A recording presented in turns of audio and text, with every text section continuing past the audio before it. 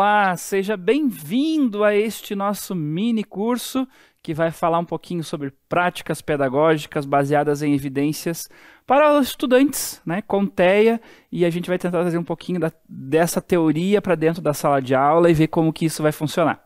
Para quem não me conhece, eu sou o professor Bruno Simão e estarei com vocês, então, nesta atividade, neste mini curso, trazendo um pouquinho mais dessas informações para que você possa se aprofundar e compreender melhor ainda, né, como funcionam essas práticas baseadas em evidências e que são mais voltadas ao estudante com TEA.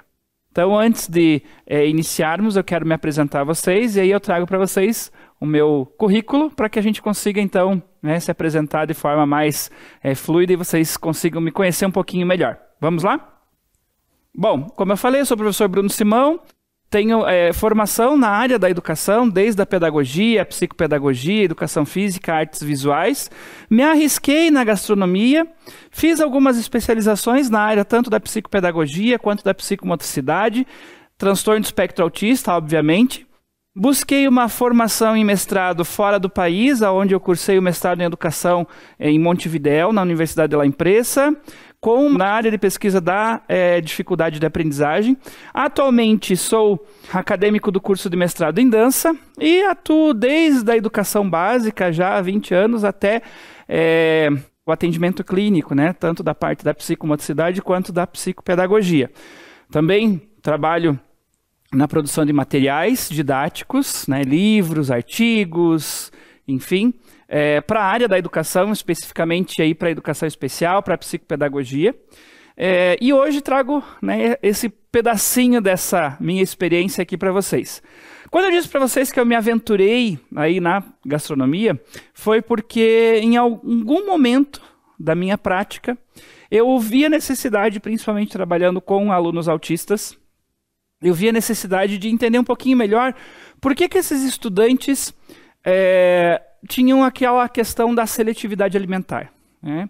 E aí eu busquei, então, algo que também me desse satisfação em fazer, e fui fazer gastronomia. E pela gastronomia eu consegui ter mais acesso, né, a esses estudantes dentro das minhas práticas clínicas.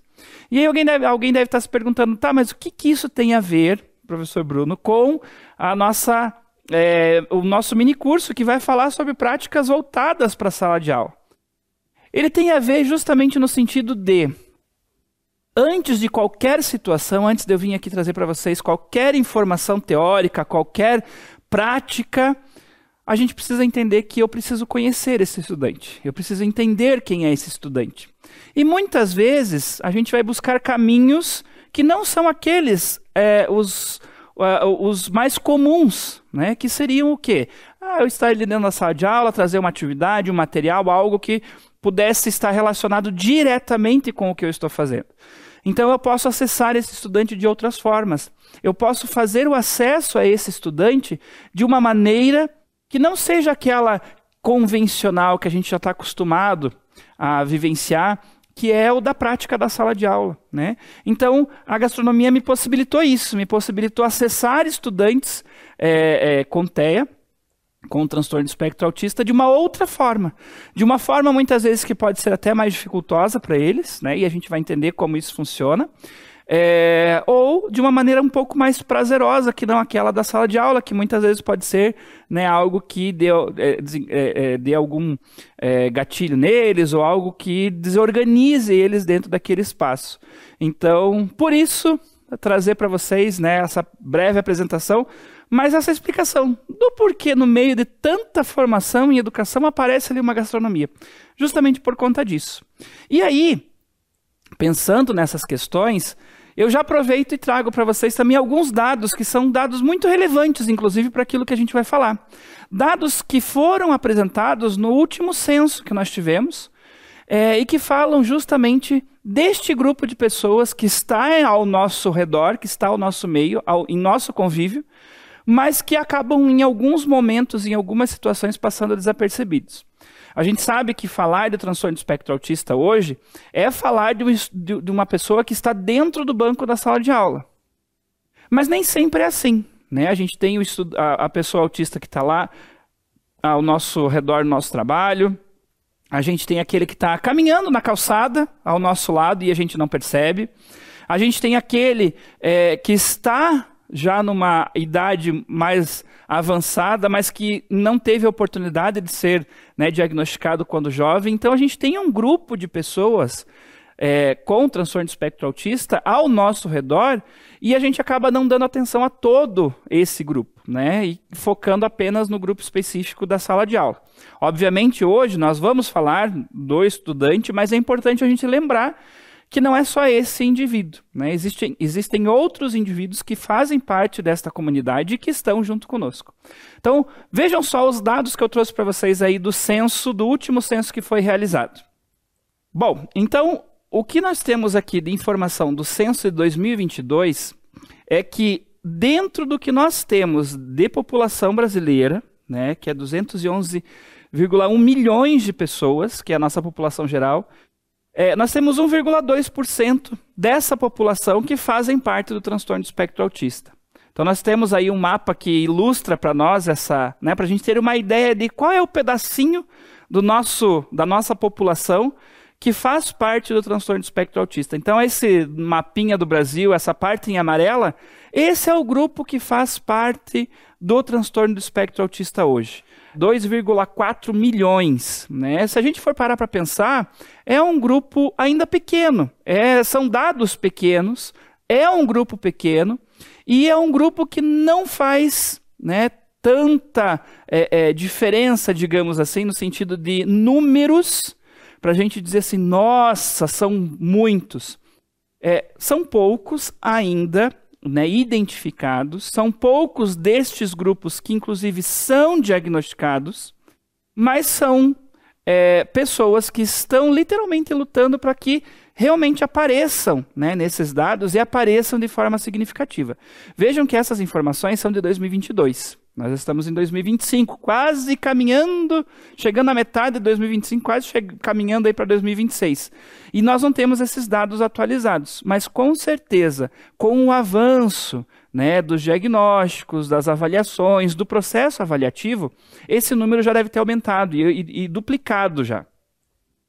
Então é importante que a gente perceba que este número, por mais que apareça num gráfico pequeno, é um número muito significativo e que precisa de atenção, né?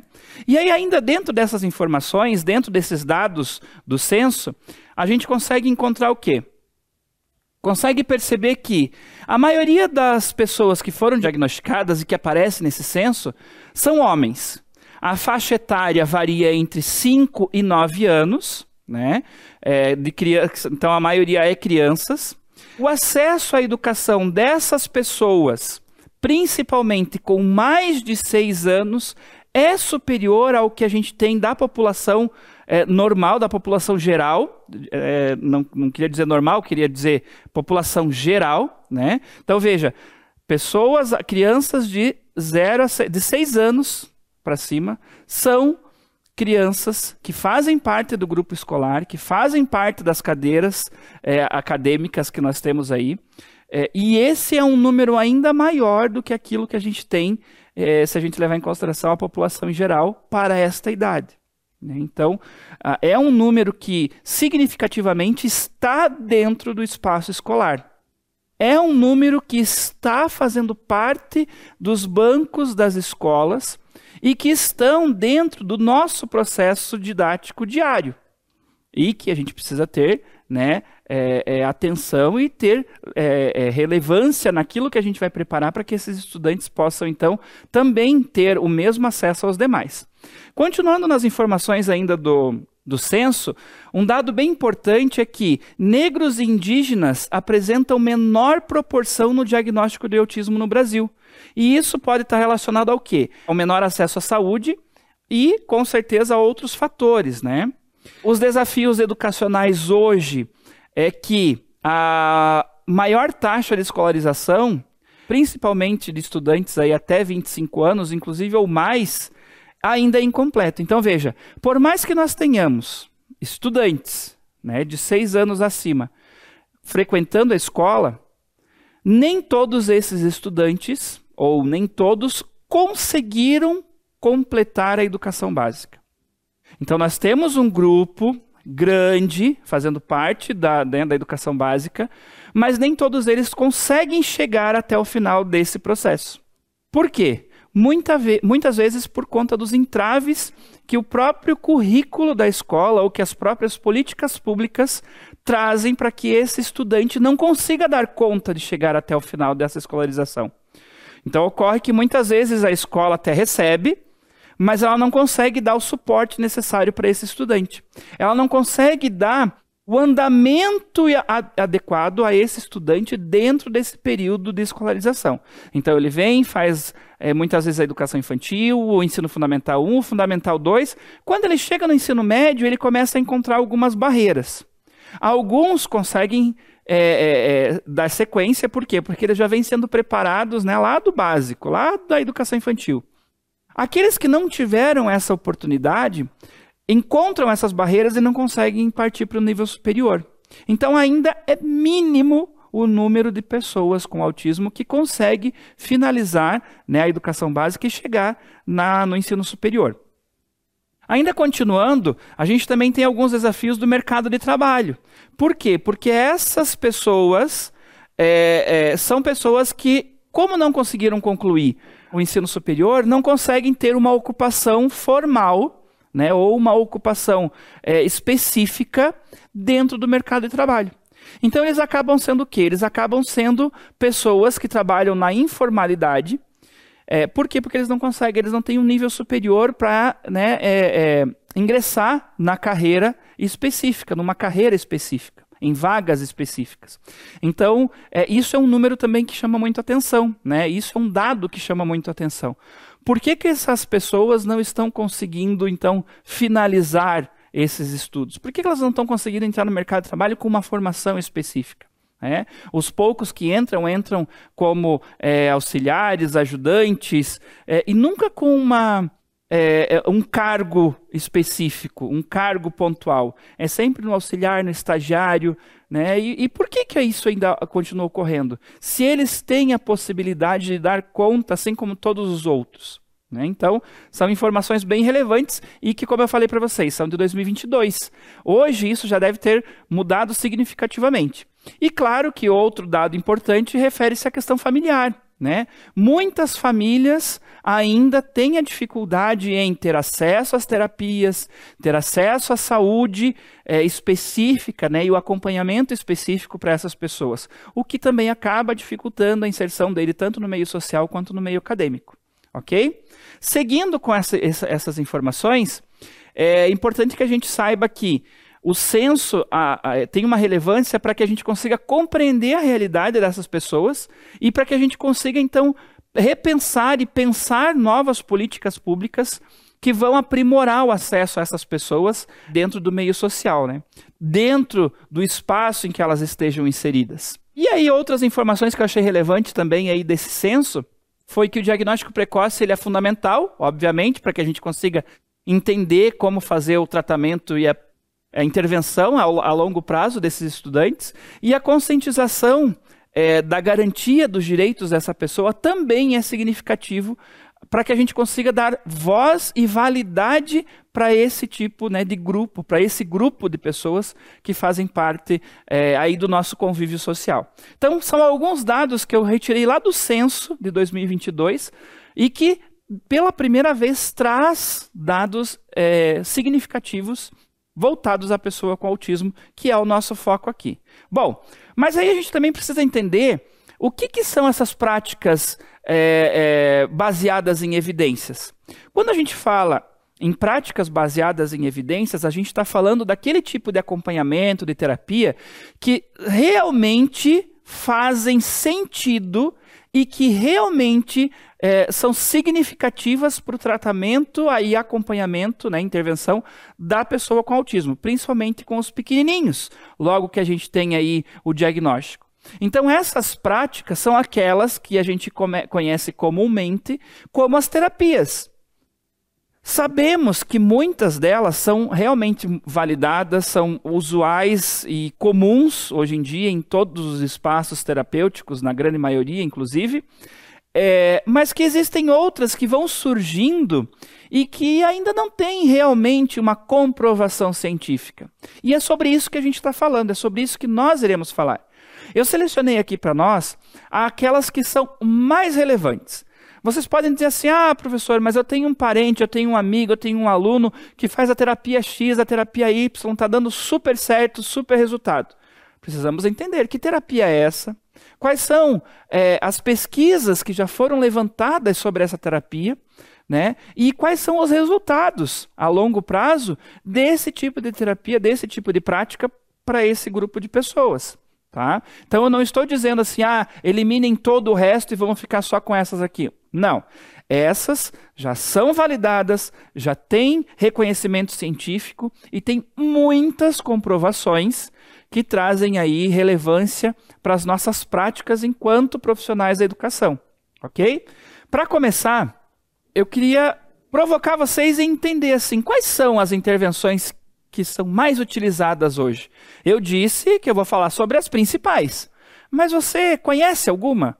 Né? Se eu disser para você assim, que tipo de terapia a gente consegue, ou que tipo de prática a gente consegue desenvolver com uma pessoa autista? Ou que tipo de prática seria ideal para a gente trabalhar com uma pessoa autista?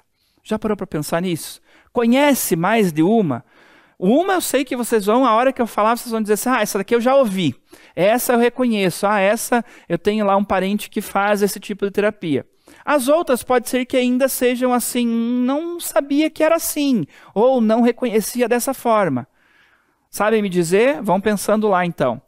Bom, essas terapias que eu separei, que são, eu vou colocar aqui as principais ou as mais usuais, são o TEACH, o ABA, o PECS e o Dear for Time. Tá?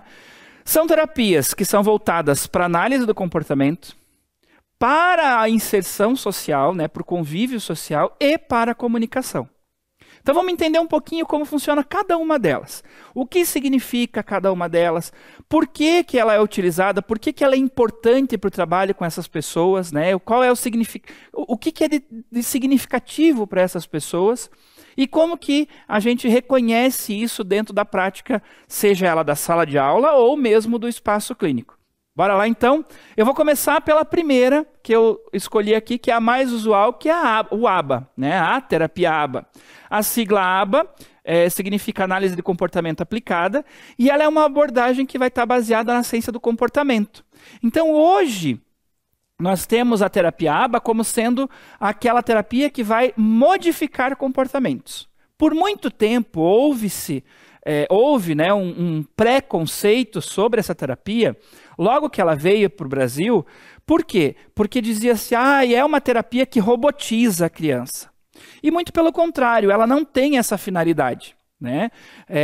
Como ocorre muitas vezes, tudo que vem de fora, quando chega aqui, acaba sendo modificado de forma errônea. Né?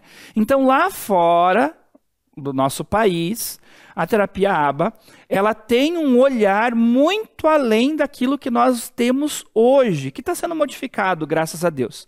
Mas ela veio, né, ela chegou aqui como sendo algo muito quadradinho. Então, quem trouxe, quem utilizou pela primeira vez, fez um recorte do que era utilizado e trouxe esse recorte para cá e colocou-se aqui como sendo, nossa, a inovação, e agora vamos seguir dessa forma.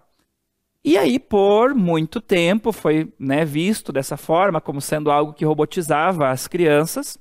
E conforme o tempo foi passando, muitas outras pessoas foram se interessando, foram ampliando seus conhecimentos na área e perceberam que o que é feito lá fora é totalmente diferente do que está aqui.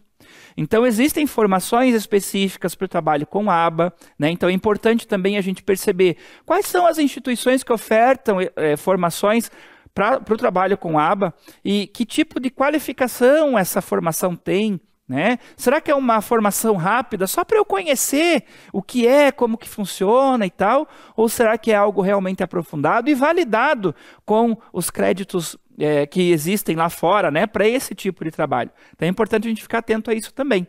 Por quê? Porque quando a gente se depara com o trabalho com ABA, a gente percebe que é uma outra realidade. Quer ver só como funciona? Deixa eu trazer mais uma informação para vocês bem importante. A terapia ABA ela é aplicada com os princípios da análise do comportamento. Então, o que a gente vai trabalhar com essa terapia ou com essa prática, né? A gente vai trabalhar o ensino de novas habilidades, então a comunicação, a socialização, o autocuidado. A gente vai buscar reduzir comportamentos inadequados, então as crises agressivas, a autoagressão, as birras, etc. E a gente vai procurar promover comportamentos positivos por meio de reforço, ou seja, elogios, recompensas. E um parênteses bem grande aqui nessa informação de recompensas. A recompensa não significa dar doce, dar comida. Né? Por muito tempo foi utilizado também que a recompensa precisaria ser sempre algo mastigável, digamos assim. E não, a recompensa é algo que dá prazer a esta criança, a este indivíduo. Pode ser uma atividade fora da sala, um brinquedo, uma brincadeira, um momento com um jogo, enfim, algo que realmente faça sentido, né? Que tenha significado para ele. Então vejam que quando a gente fala na terapia ABA, a gente está falando em realmente modificar comportamento. Para modificar comportamento, a gente vai voltar lá um pouquinho no que Skinner falava, né? Na experiência que ele fez de estímulo-resposta.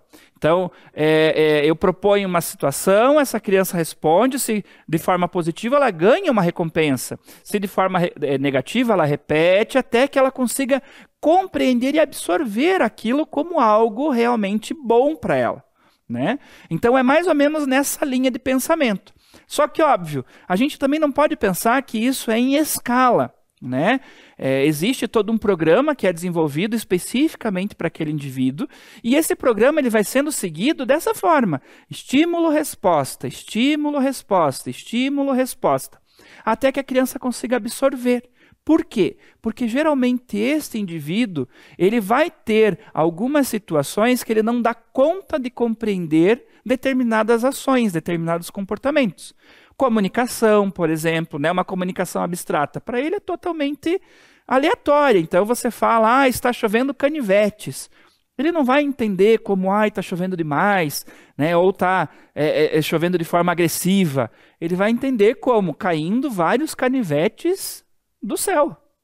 Então, para que ele consiga treinar este pensamento de outra forma, precisa se treinar como pensar de outra forma. Então, é neste caminho que a gente segue quando a gente trabalha com a terapia ABA, ok? Trouxe mais uma informação para vocês bem bacana, olha só. Como que funciona? A avaliação é individual, então é uma análise de comportamentos, das dificuldades, das habilidades que essa pessoa apresenta. Existe um planejamento de intervenções, ou seja, ele tem uma meta que vai ser cumprida ao longo de um período, né? E essas metas elas vão ser mensuráveis, então a gente vai trabalhar depois com uma escala. É feito divisão de tarefas, então em pequenos passos, nunca vai ser algo sempre assim grandioso, é sempre com pequenas ações até que ele consiga absorver o aprendizado. Vai existir sempre o uso de um reforço positivo, para quê? Para incentivar o comportamento que é desejado e o monitoramento contínuo desse indivíduo para que a gente consiga fazer a coleta de dados e tratar essas estratégias. E aonde que é mais usado isso? Esse tipo de terapia? Com crianças e adultos, geralmente com o TEA, mas ele pode ser aplicado com outros tipos de transtornos, né? Ele é aplicado não só em espaços clínicos ou em consultórios, mas também em escolas, em casa, porque existem programas específicos para ambientes específicos.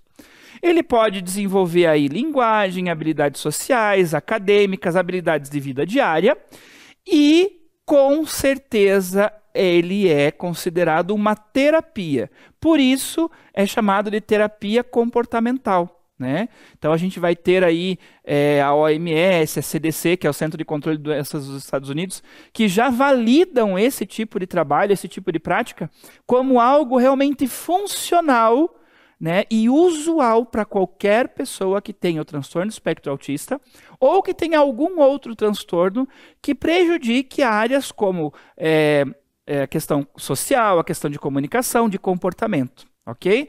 Então, aqui, obviamente, ele é bem voltado para ali para o trabalho com pessoas com autismo, com transtorno de espectro autista, mas como eu falei, outros tipos de transtornos também podem ser melhorados a partir do trabalho com ABA. Quando eu falo ali, inclusive, na modificação, né, nessa modificabilidade de comportamento, é importante também deixar claro que esse comportamento ele não vai ser único e exclusivo. Então, por exemplo, a criança não consegue segurar a colher e comer sozinho. Então, a partir do treinamento ali de um programa específico de vida diária da aba, ele vai aprender a comer com a colher. Posteriormente, quando ele terminar, né, quando ele adquirir esta aprendizagem, ele vai fazer um melhoramento disso. Então, a gente faz a manutenção, sempre fazendo esse reforço, relembrando, etc. Mas ele vai fazer esse melhoramento. Então, ele só segurava com a mão direita. Agora ele aprendeu naturalmente, depois que ele pegou, ele absorveu a ideia dessa aprendizagem, a comer com a mão esquerda também. Então, veja, ele aprimorou algo que ele adquiriu naquela situação, naquele programa. Então, é nesse sentido que a gente trabalha com essa análise deste comportamento. Ok? Bom, seguindo, vamos para a outra prática que a gente vai chamar aqui, né, que é conhecida como TEACH. O TEACH ele é um método educacional que foi criado para atender pessoas com transtorno de espectro autista e a sigla TEACH significa tratamento e educação de crianças autistas e com déficit de comunicação. Desenvolvido lá na Universidade da Carolina do Norte, em 1970, e ele é usado por diversos profissionais, seja ele da educação ou da saúde. E aqui a gente vai ter uma prática que é voltada para comunicação. Então, o TEACH ele é um programa, né, de comunicação para pessoas com transtorno de espectro autista que não têm a prática 100% da comunicação. O objetivo dele, basicamente, é desenvolver autonomia e compreensão do ambiente.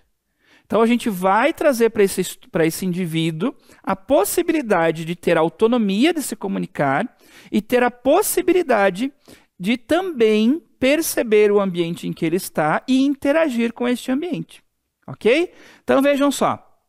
Quais são as características principais do TEACH? A estruturação do ambiente físico, né?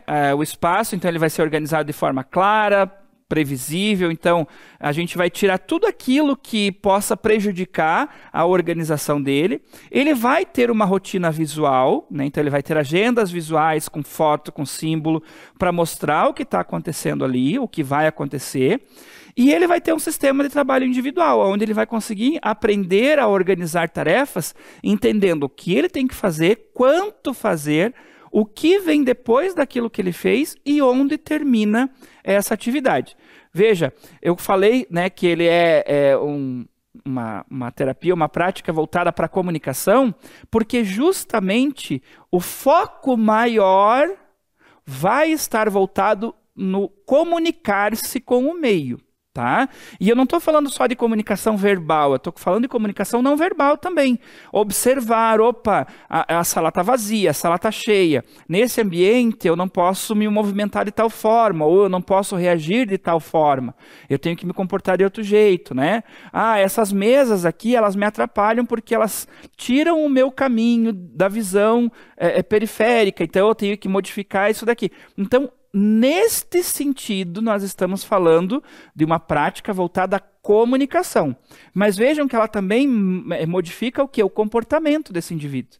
Né? O comportamento com o meio, o comportamento dele, quando a gente fala da autonomia. Tá? Então, diferente do ABA, da prática do ABA, que é uma prática que tem ali todo um programa a ser seguido, do TEACH, a gente vai trabalhar com o espaço, com o meio, com as possibilidades, e a gente vai ajustando as práticas a partir daquilo que ele traz de necessidades. Né? E a gente vai fazendo ele analisar, então, essas questões. Então, o que eu tenho que fazer? Por onde eu vou começar? Depois disso, eu tenho que fazer o quê? Então, veja, um exemplo. Eu acordei. O que eu tenho que fazer agora?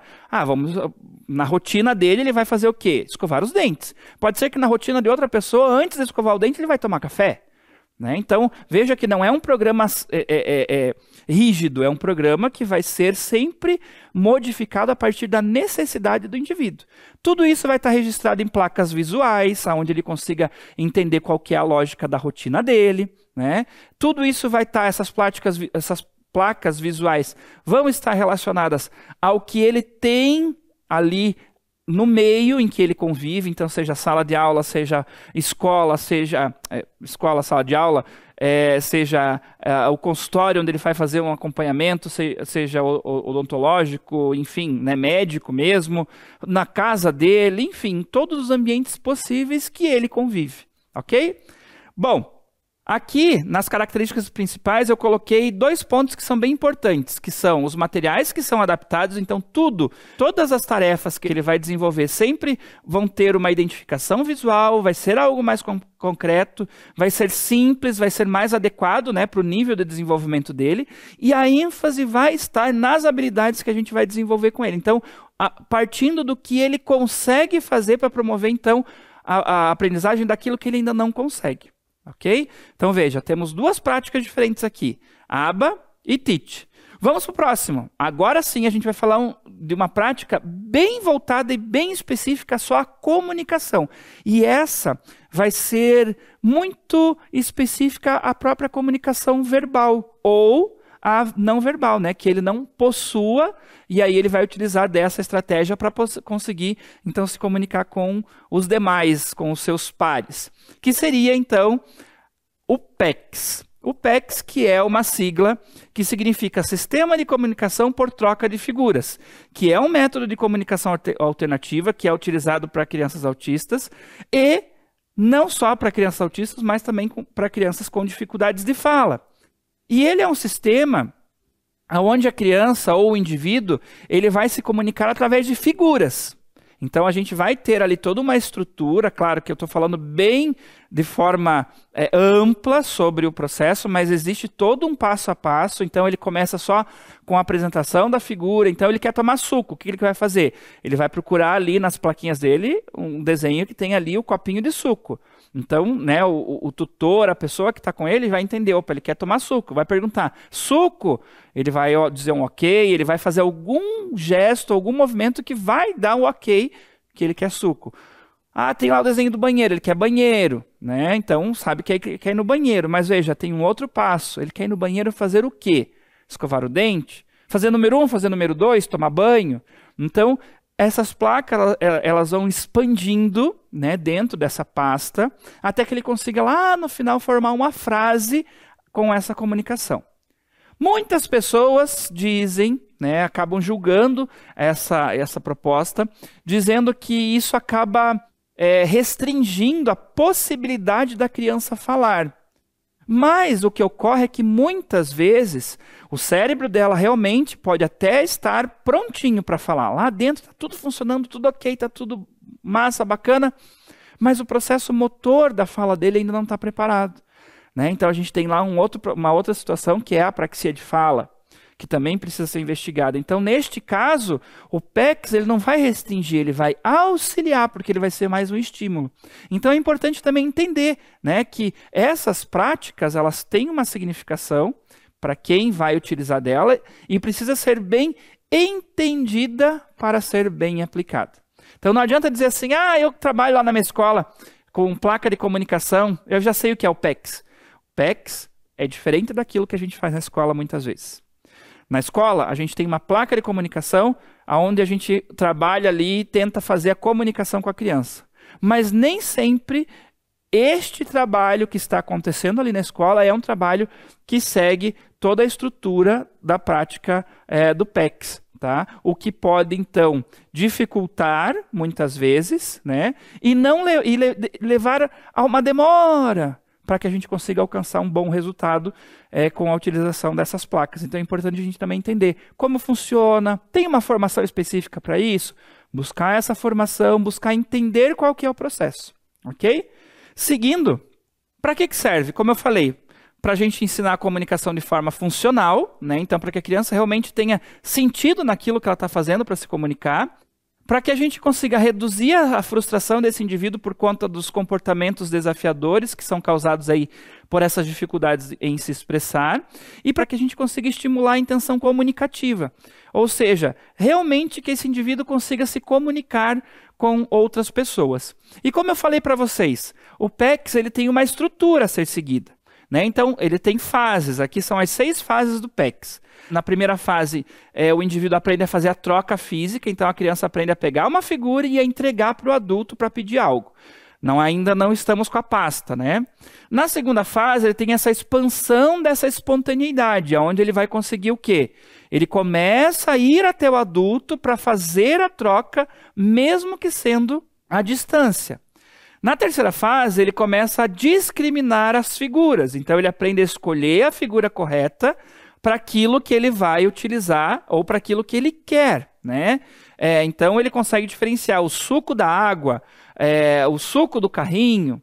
Na quarta fase, ele começa a estruturar frases. Então, ao invés de ele utilizar apenas figuras, ele começa a fazer agora a troca dessas figuras por pequenas tiras para formar a frase. Então, ele vai colocar lá pequenas palavras, né? Eu quero mais. Daí ele vai identificar ali o suco, a água, o café, o banheiro, o caderno, enfim, o que ele quiser. Mas ele já vai fazer a associação. Na quinta fase, ele vai começar a responder perguntas. Então, o adulto pergunta, né? Ele aprende a responder aquilo que é perguntado para ele. Então, o que você quer? E ele já consegue identificar diretamente pela imagem, sem precisar que o adulto vá conduzindo. Ele mesmo já consegue fazer essa identificação. E na sexta fase, ele começa então a fazer os comentários e as respostas. Então ele vai além dos pedidos. Ele comenta, ele responde. Então o que você vê? Eu vejo isso dessa forma. O que você ouve? Eu ouço isso dessa forma. Então vejam, é muito diferente do que apenas entregar uma pasta para a criança e a criança apresentar figuras. Existe um passo a passo. Existe uma estrutura a ser pensada, uma estrutura a ser compreendida para que esse indivíduo também consiga realizar, chegar a essa fase 6 de forma muito significativa. Então, começamos com uma figurinha e terminamos com uma comunicação funcional. Uma comunicação que faça sentido, ok? Bom, dito isso, como eu já disse, né, ele é indicado para pessoas com TEA e atraso na linguagem, enfim, já conversamos sobre. E outra informação importante. PECS é substituto da fala? Não, PECS não substitui. Como eu falei para vocês, muitas pessoas ainda têm esse olhar, né, de ver aquele trabalho e pensar assim, isso daqui vai substituir. Não, ele não substitui. Ele é algo para estimular, desde que seja seguido na sua sequência, na sua ordem, na sua estrutura que já foi pensada, validada, estudada e revalidada, e etc, etc. Beleza? Bom, vamos para o próximo. A próxima prática chamada Dear Floor Time, que é uma abordagem de intervenção com crianças do transtorno de espectro autista também, ou com dificuldades outras no desenvolvimento. E o foco desse trabalho, dessa prática, dessa terapia, enfim, vai sempre estar relacionado ao relacionamento, à emoção e ao desenvolvimento global dessa criança.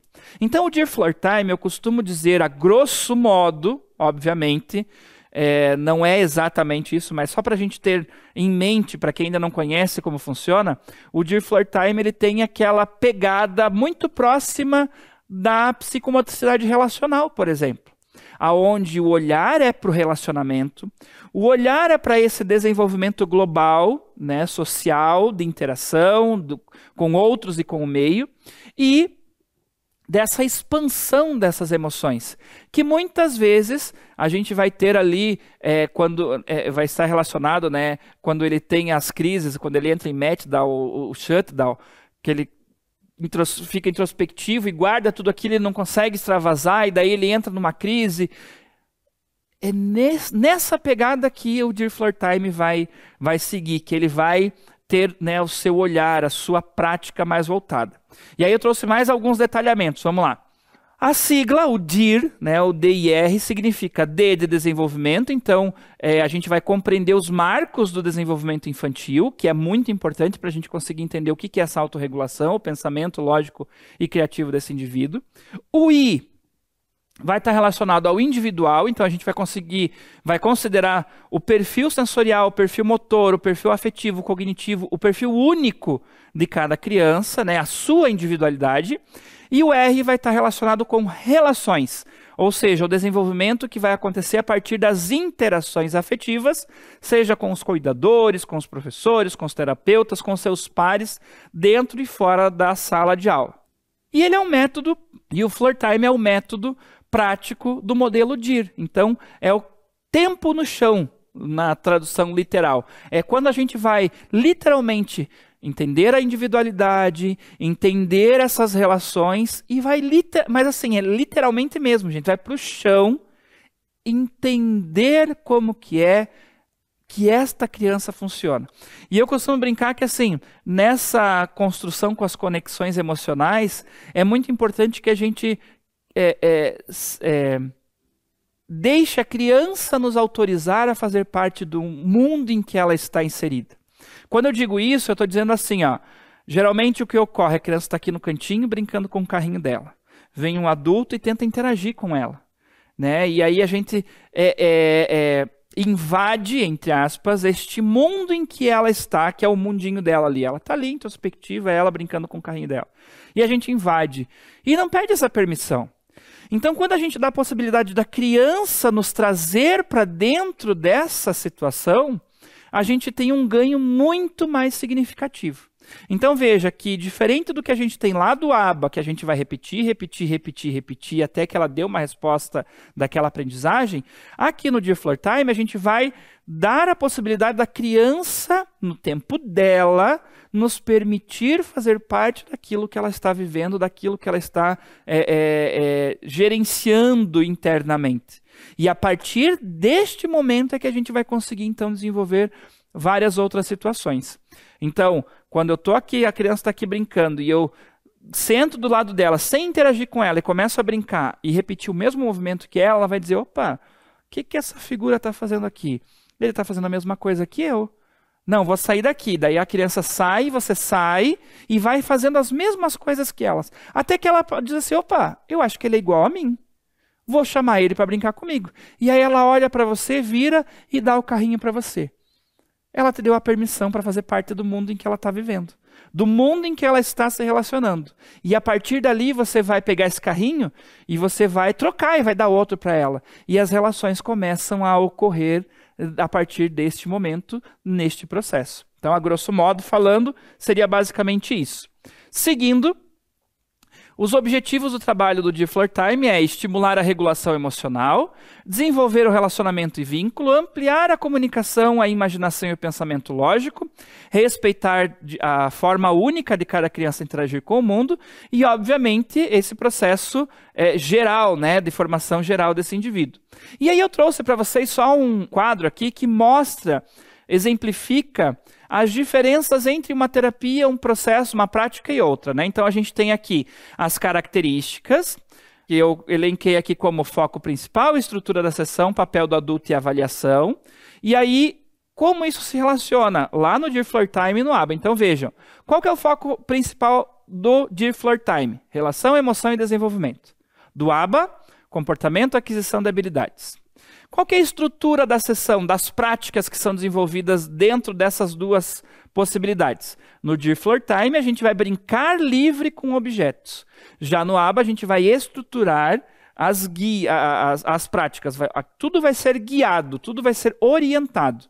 Diferente do Dear, que a gente vai deixar que ocorra de forma natural. Qual que é o papel do adulto no Dear Floor Time? Ele segue o interesse da criança. No ABA, ele é o guia que vai conduzir o passo a passo da criança. E qual que é o processo de avaliação no Dear Floor Time? O perfil emocional, o perfil sensorial, o perfil relacional desse indivíduo é o que vai ser observado. Já no ABA vai ser os dados do comportamento que foram levantados. Conseguem perceber que são duas propostas totalmente diferenciadas, né? Eu vou até usar o termo, entre aspas, naturalista e outro mais comportamental, né? São coisas totalmente extremas, mas que se complementam, que fazem parte do mesmo processo. E para quem não sabe, uma informação bem importante, o próprio Dear Floor Time surge de dentro do ABA. Um dia eles já foram muito irmãos e muito bem-sucedidos juntos, porque os dois estudiosos que criaram as duas propostas trabalhavam em conjunto. né? Só que conduziram daí as suas pesquisas para lados opostos. Mas, como eu disse, as duas em conjunto fazem e proporcionam um ótimo resultado para quem usufrui delas, certo? E aí é importante, então, que a gente consiga, dentro dessas práticas, ter uma situação muito pontual que é conhecer o meu aluno. E para isso eu dou aqui para vocês algumas dicas importantíssimas. Primeiro, entender que a equipe multidisciplinar desses indivíduos, né, que fazem parte do processo de trabalho desses indivíduos, CONTEA, é importantíssima dentro da nossa prática da sala de aula, por exemplo. É importante que eu conheça o meu aluno, que eu conheça o terapeuta que está com o meu estudante, que eu chame para dentro da sala e diga assim, olha, terapeuta, aqui o comportamento dele acontece dessa forma. Como que é lá no seu consultório, no seu atendimento? Ah, lá comigo acontece desse jeito e eu uso tal estratégia. Opa, será que aqui vai funcionar também? Então é importante a gente fazer essa parceria, né? Os terapeutas, eles não podem ficar lá escondidinhos fazendo uma coisa lá e vocês aqui dentro da escola fazendo outra, nós dentro da escola fazendo outra. A gente precisa se conversar.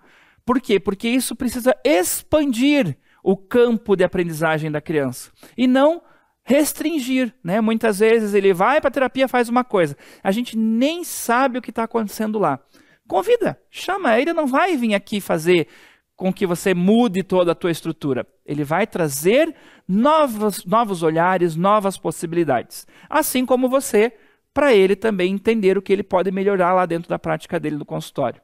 Importante fazer o levantamento de interesses, então entender que esse indivíduo ele vai ter um interesse específico por algo, né? Ele vai ter um foco em determinadas situações.